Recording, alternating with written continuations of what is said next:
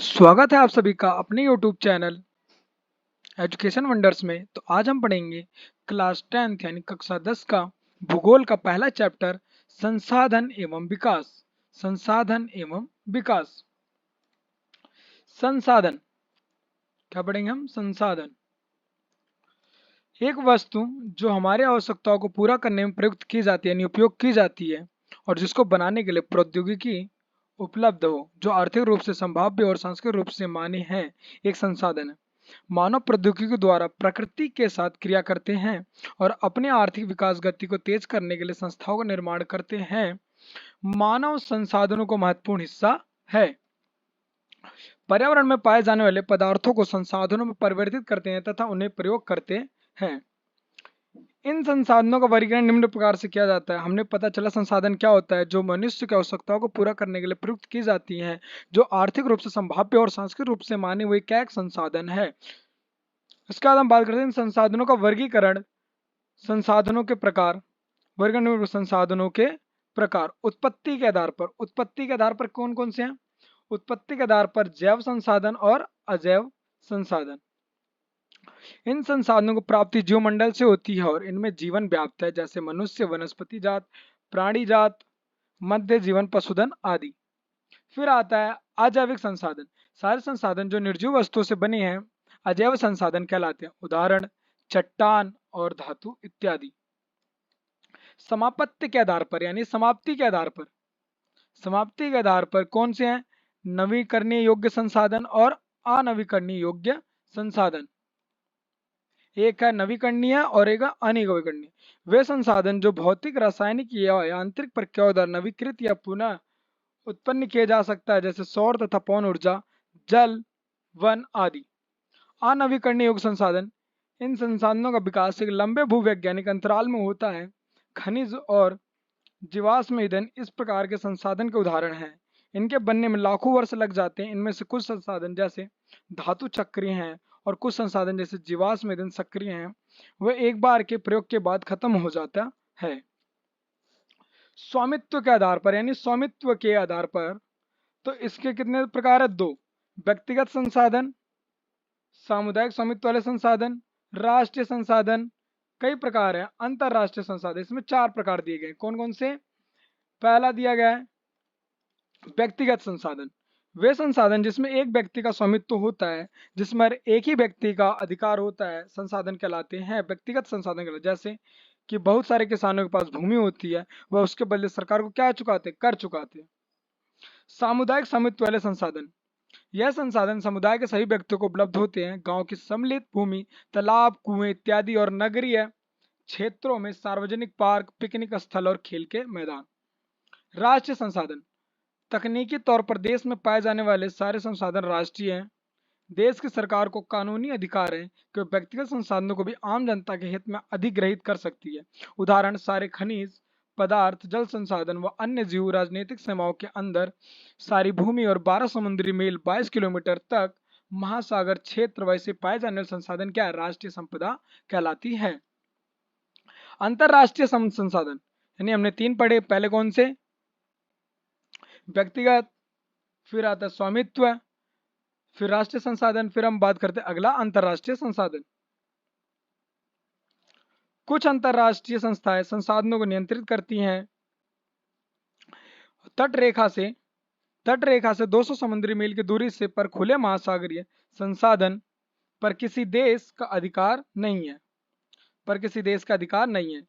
इन संसाधनों को अंतरराष्ट्रीय संस्थाएं की सहमति के बिना इस्तेमाल नहीं किया जा सकता है। विकास के आधार पर। किसके? विकास के आधार पर। विकास के आधार पर संसाधन। विकास के आधार पर संसाधन कौन से? संभावित संसाधन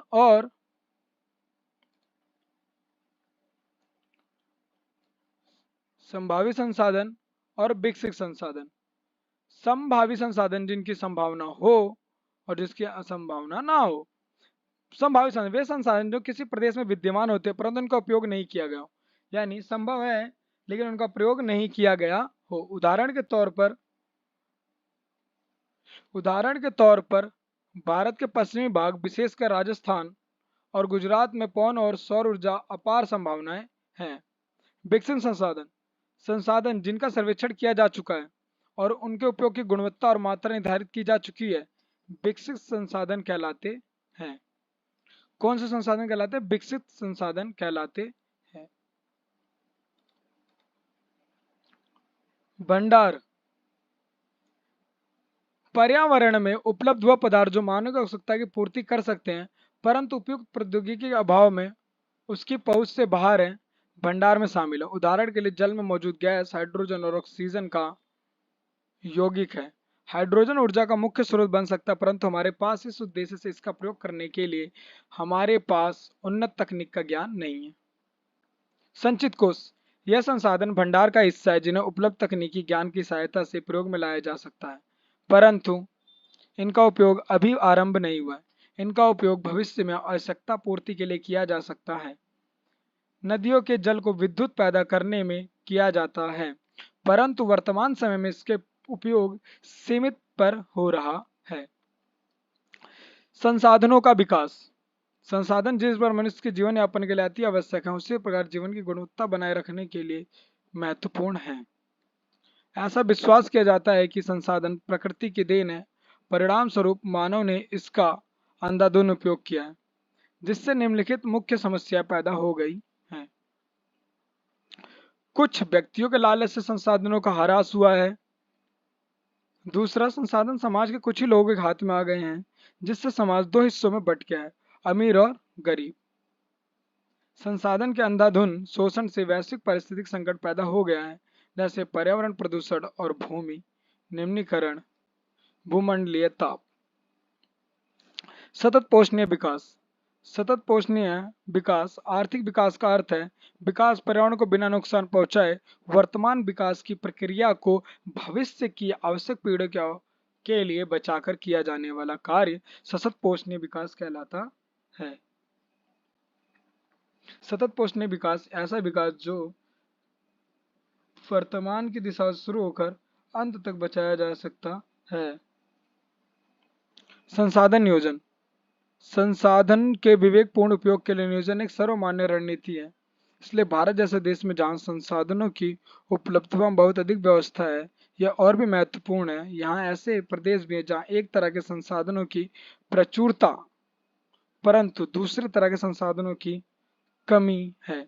इसलिए राष्ट्रीय, प्रादेशिक और स्थानीय स्तर पर संतुलित संसाधन नियोजन की आवश्यकता है। भारत में संसाधन नियोजन भारत में संसाधन नियोजन संसाधन नियोजन एक जटिल प्रक्रिया, कठिन प्रक्रिया है जिसमें निम्नलिखित सोपान शामिल हैं। देश के विभिन्न प्रदेशों में संसाधनों की पहचान कर उनकी तालिका बनाना। इस कार्य में क्षेत्रीय सर्वेक्षण मानचित्र बनाना और संसाधनों गुणात्मक एवं मात्रात्मक अनुमान लगाना व मापन करना।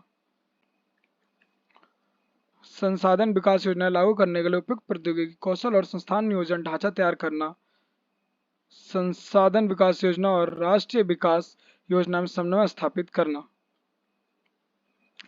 संसाधनों का संरक्षण संसाधन किसी भी तरह का विकास में महत्वपूर्ण भूमिका निभाते हैं परंतु संसाधनों का विवेकहीन उपयोग और अति उपयोग के कारण कई सामाजिक, आर्थिक और पर्यावरणीय समस्या पैदा हो सकती हैं। इन समस्याओं के बचाव के लिए विभिन्न स्तरों पर संसाधनों का संरक्षण आवश्यक है। गांधी जी ने संरक्षण पर इतनी भी चिंता से व्यक्त हमारे पास हर व्यक्ति की आवश्यकता पूर्ति के लिए बहुत कुछ है लेकिन कुछ लालच की संतुष्टि के लिए नहीं, अर्थात हमारे पास पेट भरने के लिए बहुत है लेकिन पेटी भरने के लिए नहीं। तो इसके ऊपर हम चलते हैं कि हमने बात करी यहाँ पर संसाधन क्या है और संसाधनों के प्रकार, उत्पत्ति के आधार पर, समापत्ति के आधार पर, स्वामित्व के आधार पर, विकास के आधार पर, उसके पश्चात विकसित संसाधन विकास के आधार पर। उसके बाद हमने पढ़ा सतत पोषणीय विकास, संसाधन नियोजन, फिर हमने पढ़ा भू संसाधन। अब पढ़ेंगे हम भू संसाधन। भू संसाधन भूमि एक महत्वपूर्ण प्राकृतिक संसाधन है जिनमें प्राकृतिक, वनस्पति, वन्य जीव, मानव जीवन, आर्थिक क्रिया, परिवहन, अंततः संचार व्यवस्थाएं भूमि पर आधारित है। परंतु भूमि के सीमित संसाधन, इसलिए उपलब्ध भूमि का विभिन्न उद्देश्यों के लिए उपयोग सावधानी और योजनाबद्ध तरीके से होना चाहिए। भू उपयोग। भू संसाधन उपयोग निम्नलिखित उद्देश्य से किया जाता है। पहला, वन, कृषि के लिए उपलब्ध भूमि। फिर बंजर तथा अयोग्य भूमि, गैर कृषि प्रणाली भूमि, इमारतें, सड़कें, उद्योग आदि। प्रति भूमि के अतिरिक्त अन्य कृषि अयोग्य भूमि, इसके अंतर्गत स्थायी चारे गाय और अन्य गोचर भूमि। विविध वृक्षों, वृक्ष फसलों, उपवनों के अधीन भूमि जो शुद्ध बोए गए क्षेत्र में शामिल है। कृषि योग्य बंजर भूमि जहाँ 5 से अधिक वर्षों से खेती ना की गई हो। प्रतिभूमि, प्रतिभूमि वो जहाँ जिसे खाली छोड़ दिया कुछ समय के लिए, खेती ना की गई हो, ऐसी भूमि। वर्तमान प्रतिभूमि के अतिरिक्त अन्य प्रतिभूमि या पुरातन प्रति जहाँ 1 से 5 वर्ष कृषि खेती ना की गई हो, ऐसे क्षेत्र को कहा जाता है। शुद्ध निवल बोया गया क्षेत्र, वह भूमि जिस पर फसलें उगाई व काटी जाती हैं, वह शुद्ध निवल बोया गया क्षेत्र कहलाता है। एक ऐसी कृषि में एक बार से अधिक बोए गए क्षेत्र शुद्ध बोया गया क्षेत्र में जोड़ दिया जाता है, वह सकल कृषि क्षेत्र कहलाता है। भारत में भू उपयोग प्रारूप। भारत के कुल भौगोलिक क्षेत्र लगभग 32.8 किलोमीटर, परंतु इसके 93 भाग में ही भू उपयोग आंकड़े का उपलब्ध है, क्योंकि पूर्वोत्तर प्रांतों में असम को छोड़कर अन्य प्रांतों के सूची क्षेत्रों में जानकारी उपलब्ध नहीं है। भारत के कुल सूची क्षेत्र के लगभग 54% हिस्से पर एक ही खेती हो सकती है। शुद्ध बोए गए क्षेत्र का प्रतिशत भी विभिन्न राज्यों में भिन्न भिन्न है। पंजाब और हरियाणा में 80% भूमि पर खेती होती है, परंतु अरुणाचल प्रदेश, मिजोरम, मणिपुर, अंडमान निकोबार द्वीप समूह में 10% से भी कम क्षेत्र बोया जाता है।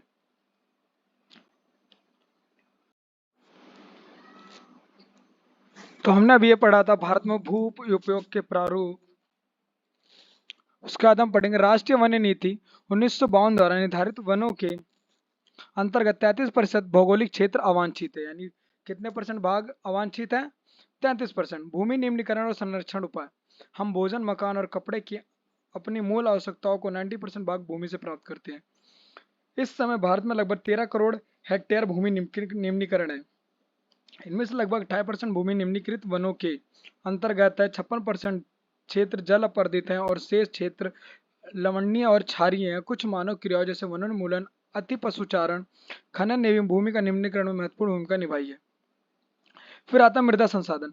मिट्टी अथवा मृदा सबसे महत्वपूर्ण नियमन करने योग्य प्राकृतिक संसाधन है। कुछ सेंटीमीटर गहरी मृदा बनने में लाखों वर्ष लग जाते हैं। मृदा बनने की प्रक्रिया में उच्चावच, जनक सेल तथा संस्तर सेल, जलवायु, वनस्पति और अन्य जैव पदार्थ हैं। समय महत्वपूर्ण कारक प्रकृति के अनेक तत्व जैसे तापमान परिवर्तन, बहते जल की क्रिया, पवन, हिम नदी और अपघटन क्रिया आदि मिलता बनने की प्रक्रिया में योगदान देती है।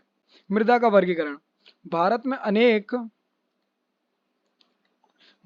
अनेक प्रकार के उच्चावच व भू आकृतियां, जलवायु और वनस्पति पाई जाती हैं।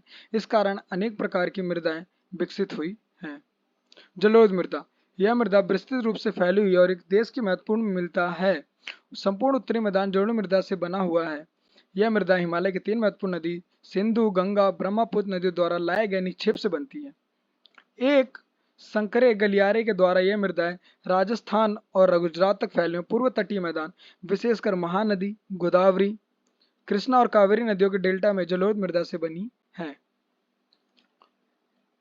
कणों के आकार एवं घटकों के मृदा की पहचान उनकी आयु से भी होती है। आयु के आधार पर जलोढ़ मृदा को 2 प्रकार में है, पुराने जलोढ़ या बांगर, नया जलोढ़ या खादर। बांगर मृदा में कंकर ग्रंथियों की मात्रा ज्यादा होती है पुराने जलोढ़ में, और नए में इसमें ज्यादा महीन, कठिन या फिर कम होती है।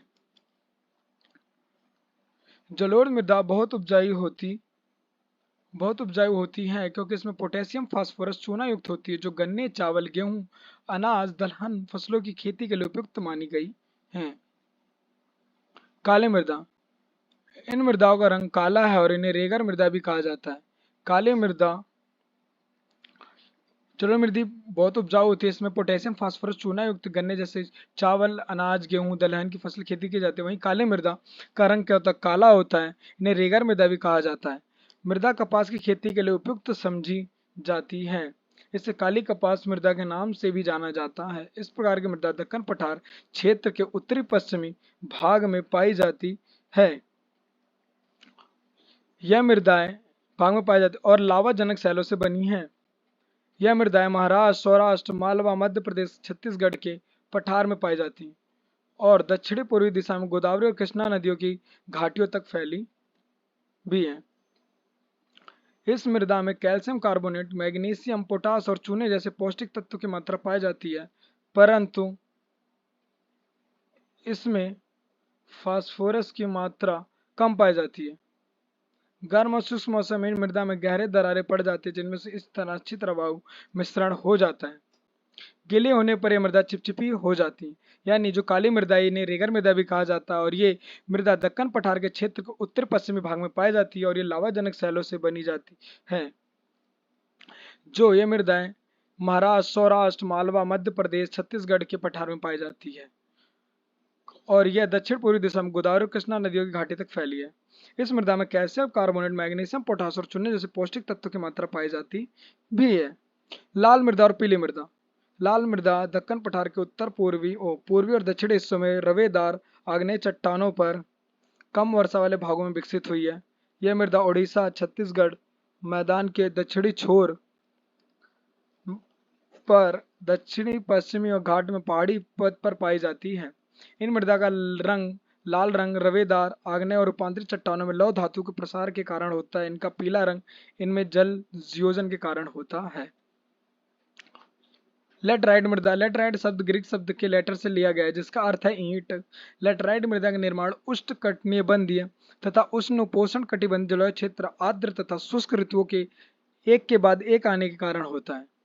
यह भारी वर्षा से अत्यधिक नीलाक्षरण का परिणाम है। लेटराइट मृदा अधिकतर गहरी तथा अम्लीय होती है। इसमें सामान्यतः पौधों के पोषक तत्वों की कमी होती है। यह अधिकतर दक्षिणी राज्य, महाराष्ट्र के पश्चिमी क्षेत्रों, ओडिशा, पश्चिमी बंगाल के कुछ भागों तथा उत्तर पूर्वी प्रदेशों में पाई जाती है।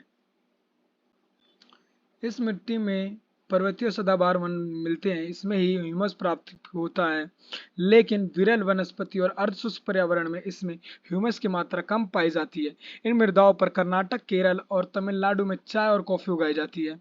तमिलनाडु, आंध्र प्रदेश और केरल की लाल लेटराइट मृदा काजू के फसल के लिए अत्यधिक उपयुक्त है। मरुस्थलीय मृदा। मरुस्थलीय मृदाओं का रंग लाल और भूरा होता है। यह मृदा आमतौर पर रेतीली और लवणीय होती है। शुष्क जलवायु और उच्च तापमान के कारण जलवाष्प दर अधिक है और मृदाओं में ह्यूमस और नमी की मात्रा कम होती है। मृदा सतह के नीचे कैल्शियम की मात्रा बढ़ती चली जाती है और नीचे की परतों में चूने के कंकर की सतह पाई जाती है। इसके कारण मृदा में जल अंतःस्यंदन अवरुद्ध हो जाता है। वन मृदा। यह मृदा आमतौर पर पहाड़ी और पर्वतीय क्षेत्रों में पाई जाती है, जहाँ पर्याप्त वर्षा वन उपलब्ध है। मृदा के गठन में पर्वतीय पर्यावरण के अनुसार बदलाव आता है। नदी घाटी मृदाएं दोमट और सिलदर होती हैं, परंतु ऊपरी डालों पर इनका गठन मोटे कड़ों का होता है। हिमालय के हिमाच्छादित क्षेत्रों में इन मृदाओं को बहुत अपर्दन होता है। नदी घाटी के निचले क्षेत्रों, विशेषकर नदी सोपानों और जलोढ़ पंखों में आदि में मृदाएं उपजाऊ होती हैं। मृदा अपर्दन और संरक्षण। मृदा के कटाव और उसके बहाव की प्रक्रिया को हम क्या कहते हैं? अपर्दन कहते हैं। मृदा के बनने और अपर्दन की क्रियाएं आमतौर पर एक साथ चलती हैं।